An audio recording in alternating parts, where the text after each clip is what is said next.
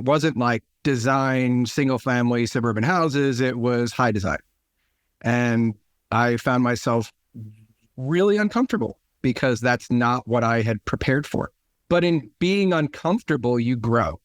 And ever since then, I've always wanted to put myself in situations where I was a little bit uncomfortable or a lot uncomfortable, because if I was too comfortable, I wasn't learning anything and I wasn't growing.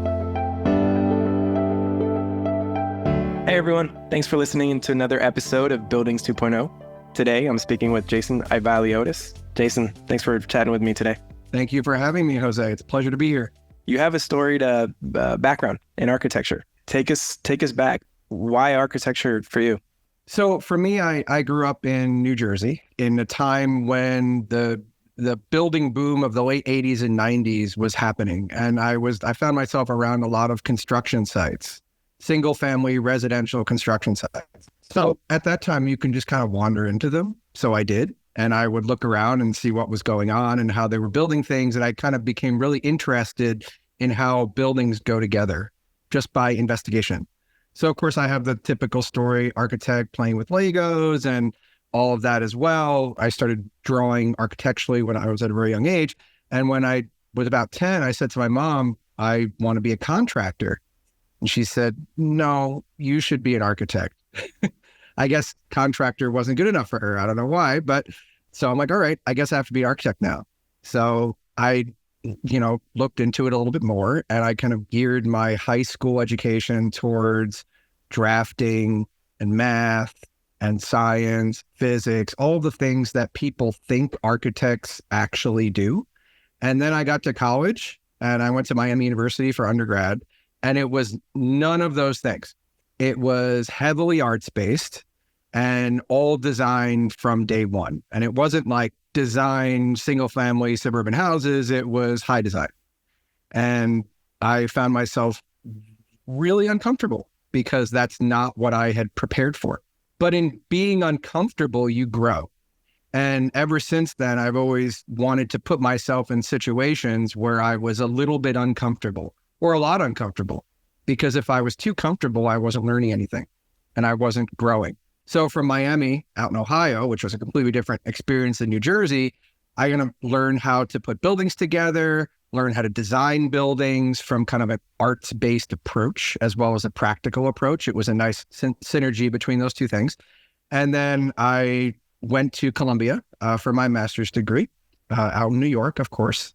And that was completely different. Again, like I was very uncomfortable. I had never really dived into digital design, algorithmic design, scripting, all the rendering techniques, none of that. So I was really interested in it. And those were the days where Mark Wigley had come to be the dean. And he was always encouraging us to discover what architecture could be and not take anything for face value and not take anything for granted. So I got to be involved in a lot of experimental studios, which pushed the boundaries of what is an architect, what is architecture, how do we overlap with other disciplines, and what kind of sister career trajectories could you have? People went into animation after that, digital fabrication. And so I went through 3 years at Columbia, and then I started teaching at the age of 26 at Columbia in the graduate school. And I turned one of my independent study projects that I did with a partner into a class in digital fabrication in a completely new technique. And over the course of 7 years at Columbia, I taught digital fabrication. And then I moved on to teach digital rendering and visualization in concert with an agreement with Chaos Group, who provided their new kind of VR rendering software for Columbia to use in my course.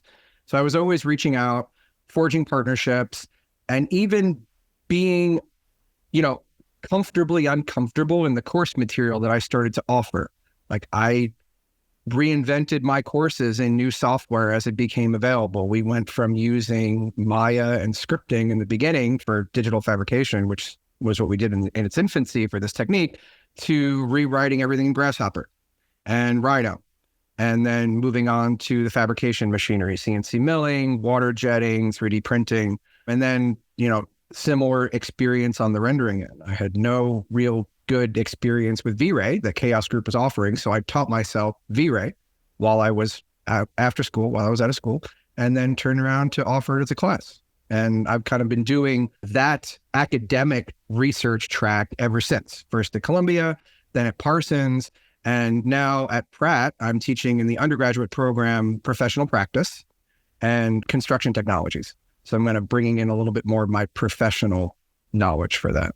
How do you reconcile? It's fascinating to hear kind of your story walking into these, single family suburban homes in Jersey and kind of getting a tactile, exposure to this stuff. I think something that's often kind of missed in a kind of completely like digital world where we optimize for like the visualization and whatnot.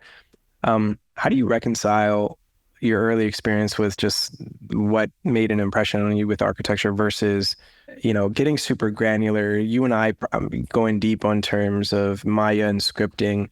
There's like a gap here between what architecture and architects tend to talk about versus, someone on the site with a 2x4, like with a hammer and nail doing. How have you in your professional career kind of closed this gap, or at least trying to? So I think it's helped both in kind of an abstract approach to architecture and a tangible approach. You have to know how to talk to different types of people as an architect. So I would go from having my academic voice in the morning or at night teaching in class to being on those construction sites in the afternoon or the next morning, telling people, how do you route piping? This facade assembly is acceptable or unacceptable, and drawing from all of the practical observation experience that I had even from when I was a kid, and even, fabrication techniques that I learned at Columbia on the digital side, and techniques that I use at home because I'm an extensive home remodeler. So I actually do this stuff. So when you get down and you talk to a contractor about how do you do concrete, how do you lay tile, what's acceptable, what you do, I know some of it from their level. And it's important to converse in the trade and know that. So I've always tried to know a little bit of everything.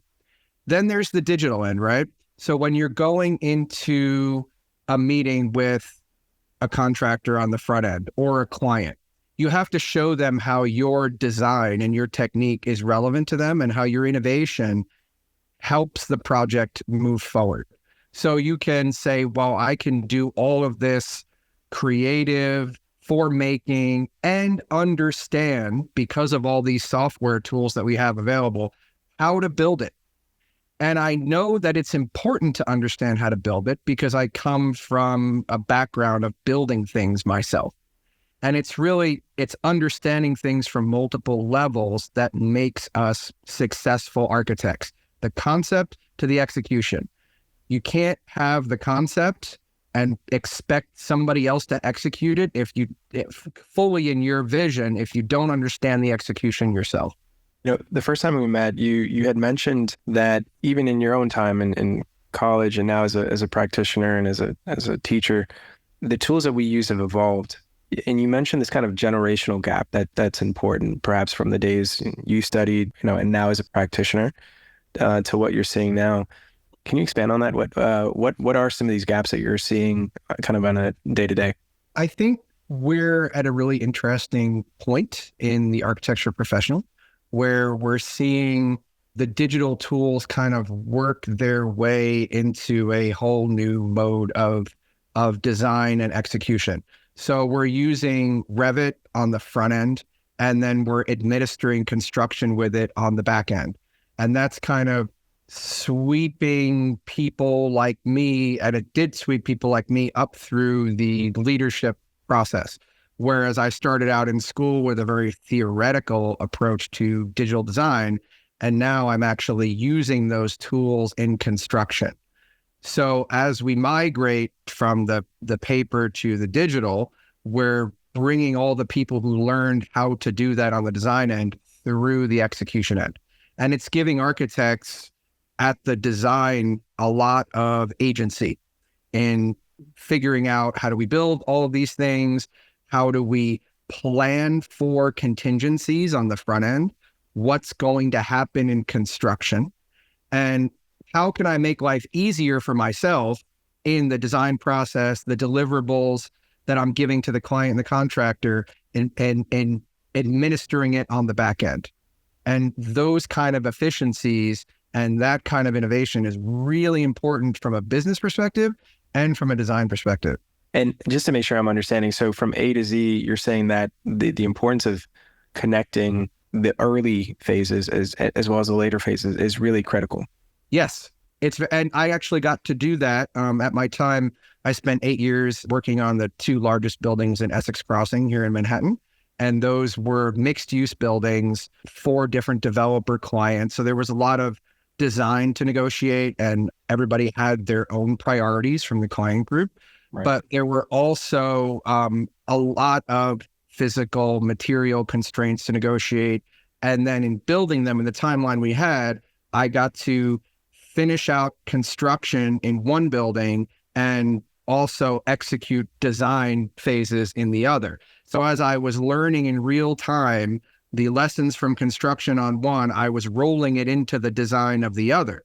And the interesting thing was the first one was an all AutoCAD building, which was a little bit challenging because it was a very complex building. So I feel like at some points, nobody but me and some of my team really understood how things were going to turn out until they were actually there at site. And when we did the second building, we were doing it in Revit. So we got to roll efficiencies in from, okay, we know that this is going to come out this way. We know that these people on site are going to have these questions. Let's define that in our drawings. Let's define that in our models now, and let's make it easier for us to administer later.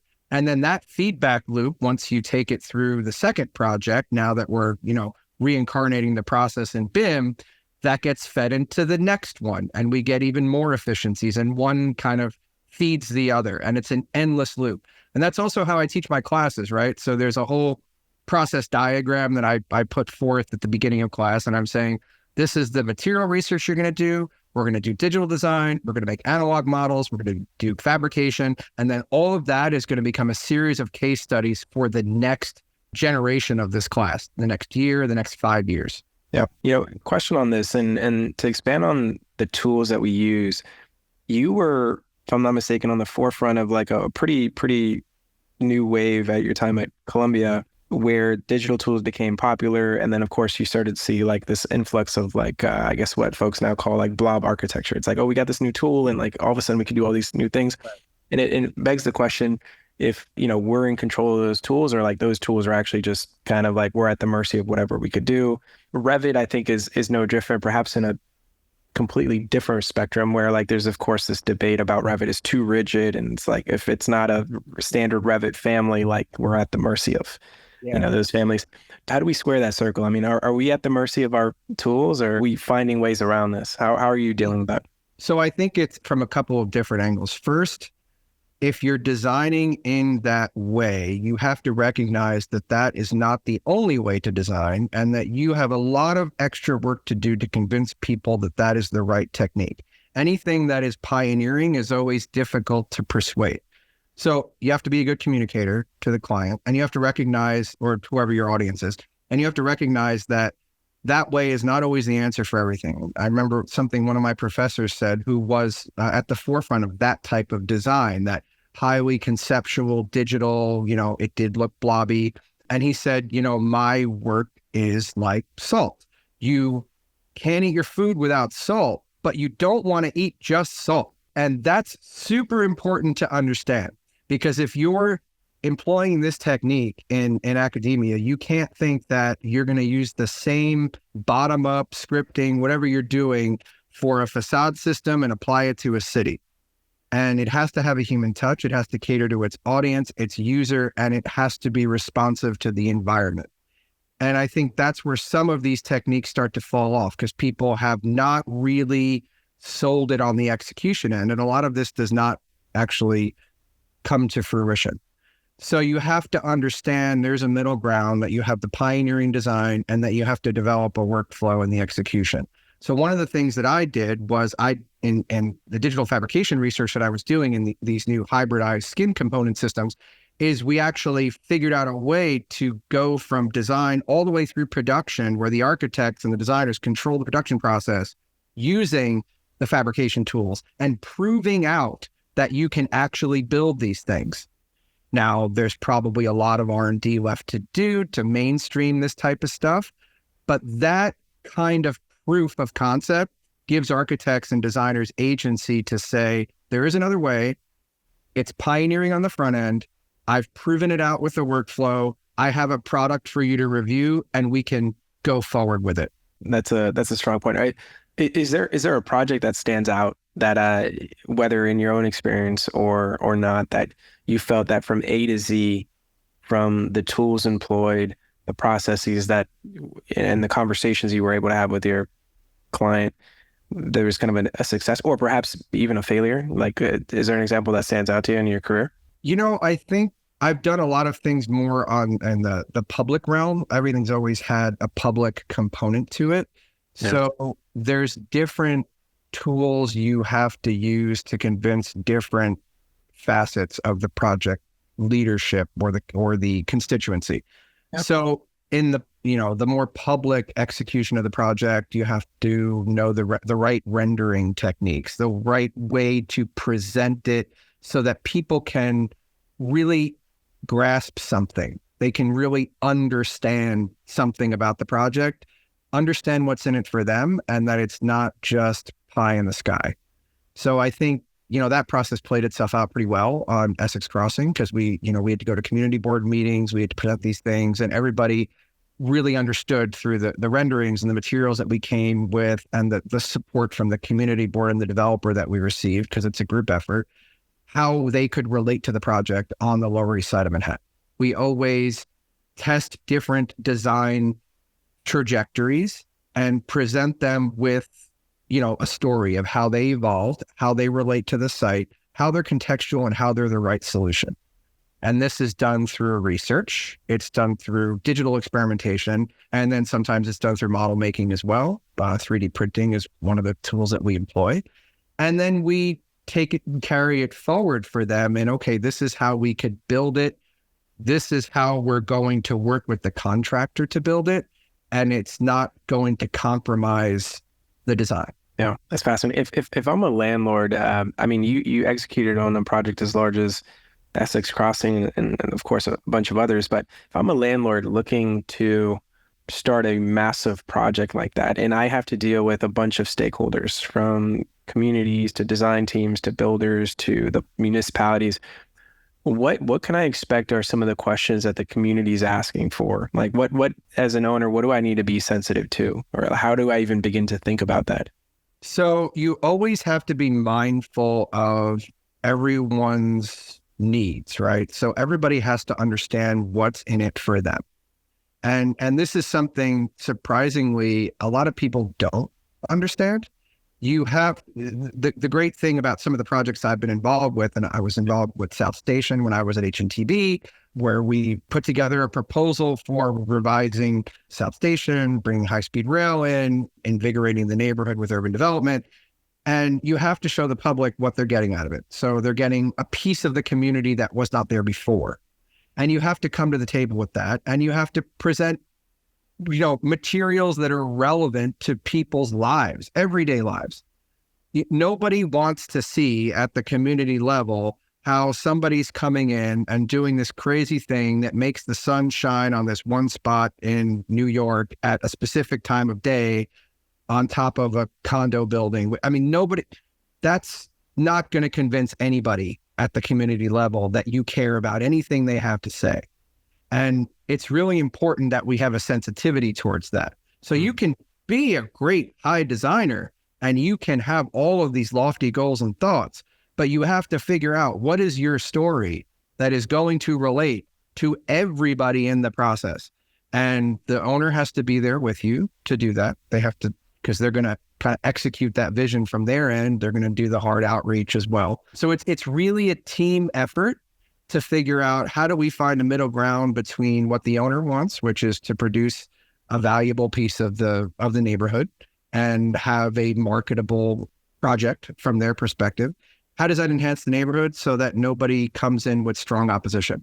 And how do we communicate that story? And it's all about the storytelling. I think what you're highlighting there is so key. And it just kind of shows like the evolution of the role of an architect from not just the designer of a building, but and program, but like how do we communicate to the communities, to different stakeholders, How do we make sure that we're conscious as to how this message lands and make sure that we're actually executing on what we say? I guess with that, do you see or have you seen an evolution of the business model of architecture from, say, today versus when you first started? Is our role as a kind of business function changing? I think that our profession in some cases is fracturing a little bit, at least in New York City, it always has. We've gone from, in other parts of the country, even in the suburbs, you have an architect handling everything and many multiple disciplines, doing all the drawings, taking on everything. In New York, we have specialists who do things. So facade engineering, structural engineering, acoustics. We have expediters who take things through the Department of Buildings process. And I think that really clears out a huge amount of runway for architects to be able to devote their bandwidth to how do I best get my client what I want in a short amount of time, because everybody has a very short amount of time to get what they need and go into construction. And we can really focus on, well, how do I craft the building? How do I craft the story behind the building? And how do I sell that to the public or, the potential tenants of the building, whoever is going to consume this building, whoever its audience is. And that's really important. So that teamwork, that collaboration has opened up avenues for us to put a lot more thought into our work as designers. So in other words, you're saying that in this case, because of specialization, it's actually kind of enables some sort of freedom to kind of start to craft. It has too. It really gets people out of their comfort zone too, because you always come and you'll say, well, I have this tower and I have to put this on top of that, on top of that. And they're all dissimilar programs. And how's that going to work structurally? So your engineer has to kind of work with you and negotiate with you. So it hones your negotiation skills as an architect. You're kind of negotiating all of these things with your engineering team. You're learning how to negotiate all these things on the design side and maybe with community needs.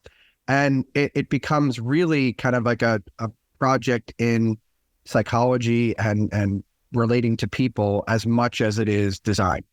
And we're a partner to the client in developing that strategy and calibrating it and honing it and rolling it out in whatever best way serves the project and the public. Yeah.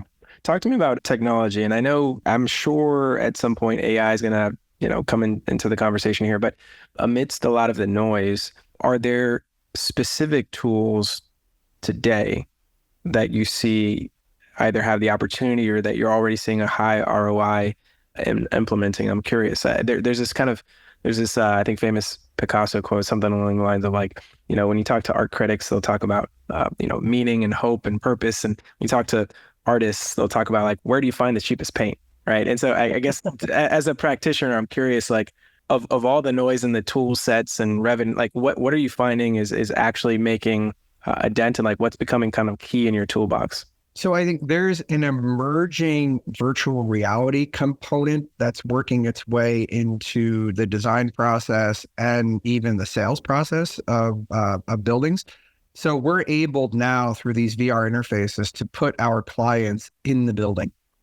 And because they have that, they love it. So they'll hire a consultant to develop a whole VR interface for the users of the building, the buyers, to go in there and actually get inside of their home, see what their view is, and understand the building on a level that we really were never able to convey before in such a customized build to suit manner.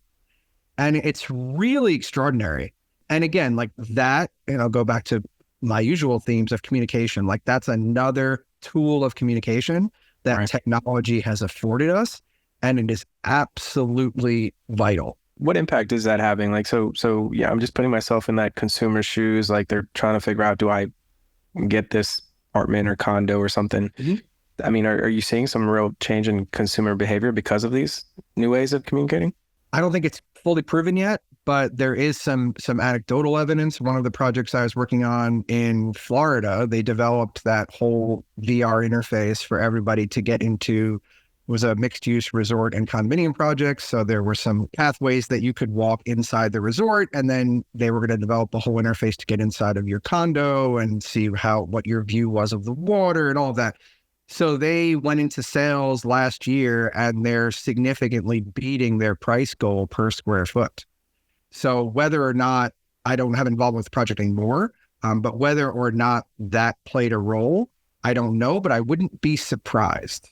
You're suggesting, like, in other words, because we're able to visually communicate like what they're going to get, there's just some sort of like impetus, like, oh, I'm actually going to make this decision on, as opposed to maybe just seeing a render, like a static 2D render. Yeah, I think so, because I feel like as architects, we have to have a little bit of an out of body experience and understand that not everybody can see everything the way we do. So, and I have this conversation with my wife all the time. She's like, I just can't see what you're doing. I can't see that. I'm like, but I'm building it right in front of you. She's like, I can't see it. I don't know what it's going to look like. You're just going to have to finish it. And that's really, it's a great constant reminder that, okay, not everybody can see it until it's finished. So we actually can present the finished product in a way where somebody can experience it without actually building it. That's huge. Yeah. And it goes to that point about, like, regardless of the tool, it comes down to how well can we communicate, whether using words or sketches or VR headsets. Yeah, exactly. It's incredible. Maybe to shift the conversation, you've had the privilege of working in the industry for years. You've seen the highs and lows, the evolving business models, the evolving tools. If I'm an 18-year-old thinking architecture is the route, what should I be thinking about? What are maybe some of the misconceptions that, even, going back to when your mom encouraged you to, hey, you should probably consider architecture, not construction. What would you tell yourself? What would you tell your 18-year-old self as to, like, what to look ahead and what actually to expect? I would say take some courses in psychology and sociology. And psychology is going to help you with your communication, your negotiation skills, and understanding where people are coming from, whether it's the public or it's a contractor or it's a client, and really putting yourself in their shoes. That is by far the most important thing that we can do. And it's not math or calculus, or they're... You don't do math. I mean, we do math, but one of my professors at Miami was always telling me, he's like, there's all this myth that we have to take all this math, and then we don't actually do any math. The structural engineers do all the math, right? The important math. We give them some areas, but we don't do a lot of math. And, and you have to have a perspective for art and culture. And you have to have, I think, an appreciation for the social context of what you're doing. So that's something I've always been in touch with, and something that worked its way through my work all the way from, when I was doing public work on the transit side to multifamily, mixed use, retail, all the way down to the street level here in New York City. And how do you fit into the lexicon and the ecosystem that is our great city? And how are people going to receive it? And how is it going to enhance their lives? And how does it help the owner at the same time? Exactly. I like to ask this question just to kind of see, because it does tend to boil down to, like, what, your own perspective or principles are. But I'm sure someone's asked you at some point, what 5 years from now, what, I guess, architecture as a business as we know it looks like. But I'm often more interested in what 5 or 10 years is likely not going to change, because those tend to kind of be these kind of like timeless things that, regardless of whatever tool we're using, CAD or BIM or Maya or scripting, whatever it is we're using, what's likely not going to change in 5 or 10 years? So I think BIM is here to stay, and it will only become more important and required by more trades and required by more clients and more different types of projects, because the three-dimensional tools are being not only used by architects, but also being consumed on the client and the construction end. So that's going to stay and be enhanced. I think the tools of visualization are here to stay, and there's only more and more demand for them to get better and for people to be able to understand buildings more through the use of these tools. And unfortunately, some construction techniques that we do right now that maybe we don't want to be doing all the time. Those are here to stay because I think the fabrication end is a little bit slower to move along. But we are seeing some advancements on that. Modular construction has had kind of a rocky beginning, I think in the last 10 to 20 years, but I think we're seeing that more mainstream now. And, I think the business of architecture is here to stay, although it will probably change as the specializations kind of work their way into it and kind of evolve the way we practice. And I assume hopefully for the better, or For the better. I think so. Yeah. do you imagine that there's going to be a dialing up for the need for, to your point, more empathetic or just an understanding of culture? Or are we 20 years from now actually going to have to be optimizing for some computer science perspective? Right? Where are we optimizing for? I think, the understanding of social context is always very topical, and it's only becoming more of a requirement. So that's always going to be here. I think we're going to have to understand more building types because we're reaching a point in our society, and especially in New York City, where adaptive reuse is no longer an abstract concept. It's something that we have to do, both from a sustainable point of view, to reuse building stock and not, incorporate more materials and more embodied energy in new buildings. But we also have to transform uses as certain uses like office become underutilized and provide an answer to the shortage of affordable and market rate housing. So, we're seeing a lot of movement in the conversion of office space to multifamily residential. And from what I'm hearing, that's not confined to New York City. That is something that everybody's interested in everywhere. And along with that, what we are also seeing is and this probably won't change, there's an enhanced focus on urbanization throughout the country, especially in the growth cities in the Midwest, the Southwest, and even in the Southeast.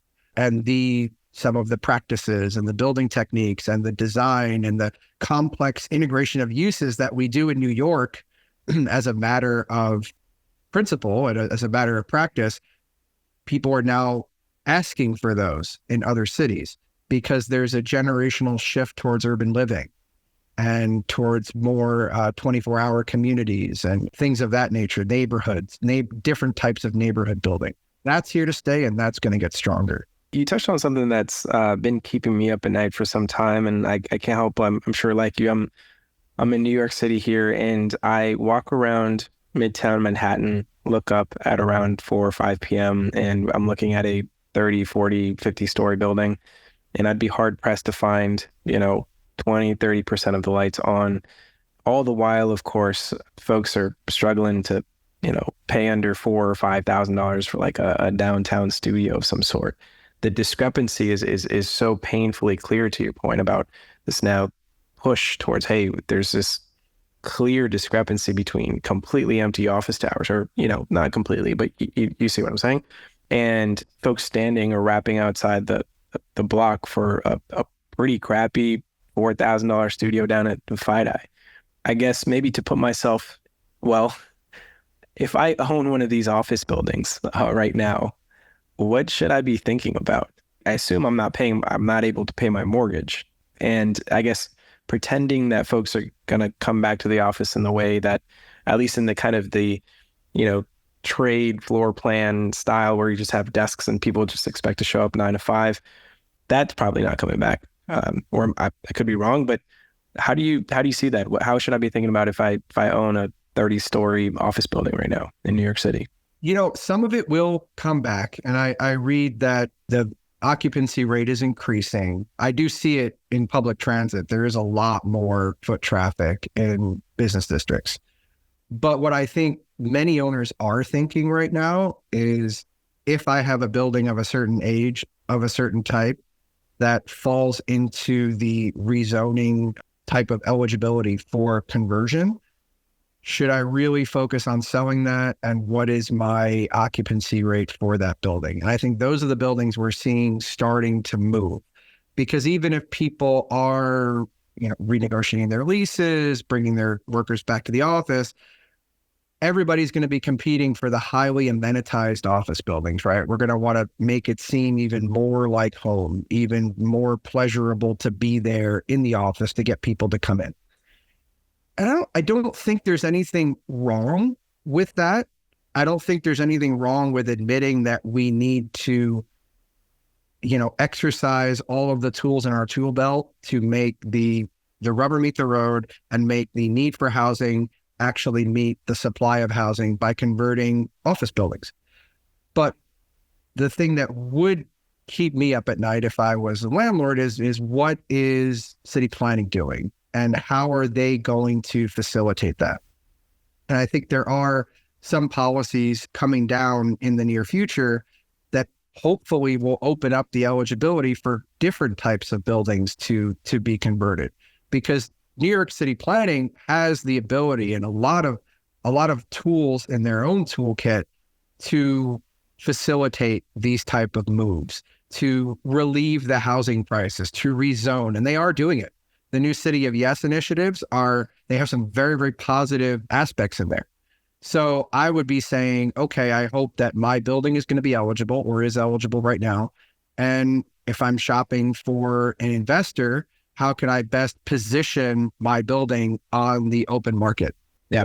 Are there alternatives, meaning going from office to resi? We've heard that some of the limiting factors, of course, is just the floor plate and the budget and converting a ginormous floor plate to apartments.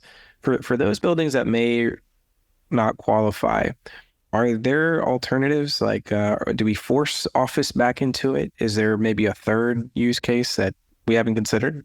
That's really interesting. And if I go back to my Mark Wigley inspired Columbia education, I would say that we have yet to discover all the potential of all the buildings that we have in our stock right now.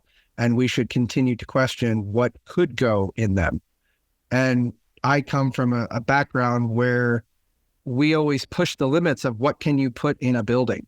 How many dissimilar uses can you actually stack? And I think the thing we found surprisingly is it's endless. And it really comes down to financial resources to do it, structural engineering, and that's becoming a lot more advanced and facilitating some of these interesting mixed use buildings. And how much can New York City zoning and any city's zoning help facilitate the mixed use nature to incorporate all of these different uses, even if they don't know that there's a demand for it right now? Will there be a demand for it later in 5 or 10 years? And I think you're starting to see a movement towards mixed use across the country, just a little bit incrementally. And I think that's going to start to get stronger. I'm sure you remember kind of an old OMA graphic of like a kind of an office tower section where every floor plate seemed to have been some sort of different boxing ring and an office and a zoo or something. While I'm not sure if we'll ever have zoos and boxing rings stacked up against, but it is interesting to consider that if the city can somehow maybe reframe how it segments buildings into office or living, into maybe other frameworks of like activity.